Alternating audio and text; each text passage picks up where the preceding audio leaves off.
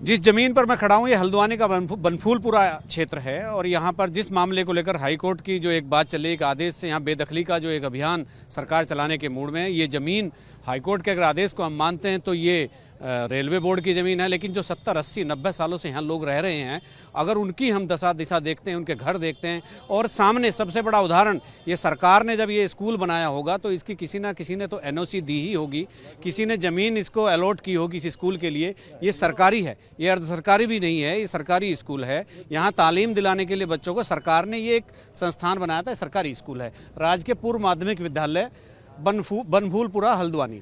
तो ये कोई प्राइवेट चीज़ नहीं है। यहाँ जिस सड़क पर हम खड़े हैं यहाँ इसके नीचे सीवर है, ये चारों तरफ जितने घर हैं ये सब हाउस टैक्स देते हैं, आज से नहीं देते, 50 साल 70 साल 80 साल यहाँ लोग जो रह रहे हैं। 1 दशक 2 दशक की बात नहीं है, ये कई दशकों से 50 साल से 70 साल से 80 साल से यहाँ लोग रह रहे हैं।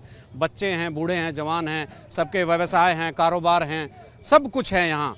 लेकिन एक चीज़, एक भी कागज़, लोगों का यहाँ कहना यह है कि रेलवे बोर्ड ने अभी तक एक ऐसा कागज़ कोर्ट में ना पेश किया ना किसी को दिखाया कि जिससे उसका मालिकाना हक, उसका मुख्तियारनामा यहाँ पर साबित होता हो कि ये रेलवे की ज़मीन है। क्यों आप यहीं रहते हैं?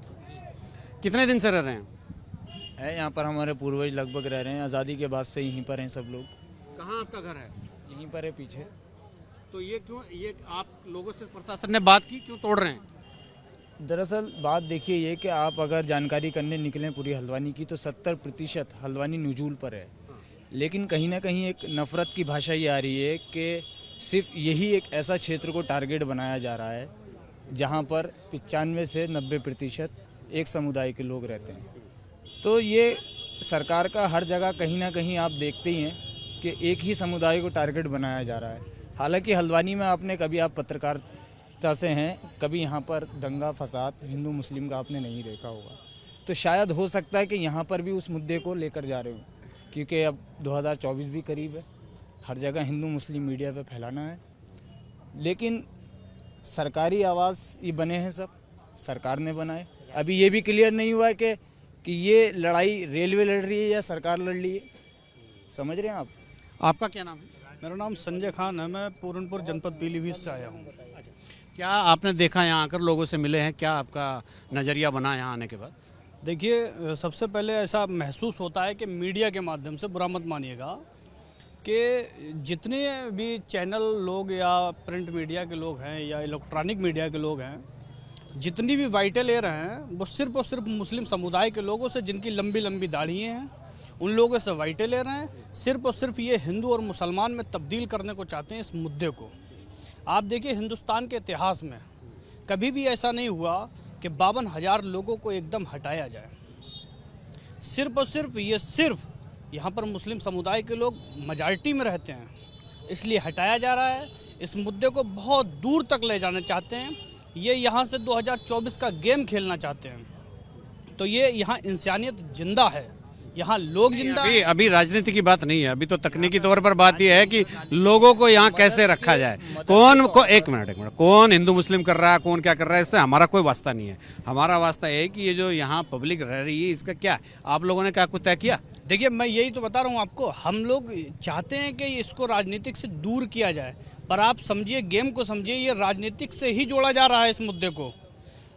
52,000 लोगों को एकदम हटाने का आदेश दे दिया गया। आज सभी लोग परेशान हैं, रोडों पर हैं, रो रहे हैं। अभी तो उम्मीद रखिए कल सुप्रीम कोर्ट है, अभी उम्मीद पे दुनिया कायम है। हमें मीडिया का कितना साथ देखिए, मैं देखिए, मैं एबीपी गंगा ये चैनल है, शाम को देखना, अभी चलेगी सारी खबरें। ये सरकारी बिल्डिंग हम दिखा रहे हैं, सरकार ने बनाई ना, किसी हिंदू मुस्लिम ने नहीं बनाई ना, या नहीं बनाई ना। इंटर कॉलेज है, सब सरकार ने बनाए, चाहे कांग्रेस की रही हो, चाहे सपा की रही हो, चाहे बसपा की रही हो, चाहे भाजपा की रही हो। तो अब राजनीतिक पार्टियों में खेलना ही नहीं है। नहीं, हम खबर से मतलब रखते हैं। चलिए और मैं कुछ दिखाता हूँ आपको, आइए मेरे पीछे। ये देखिए, बड़ी ऊंची बिल्डिंगें हैं और अगर आप मेरे पीछे देखते हैं कि ये देखिए, बड़े ऊंचे दोनों तरफ ये इतने बड़े बड़े मकान हैं। अगर इन सब चीज़ों को जमींदोज करने की बात कोर्ट या किसी भी सिस्टम से करती है तो ये कितना वाजिब होगा, ये एक देखने वाली बात होगी।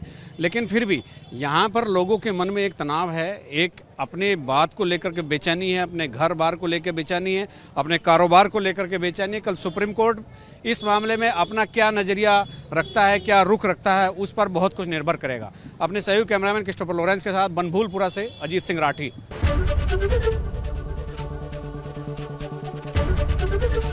एबीपी गंगा, खबर आपकी, जुबान आपकी।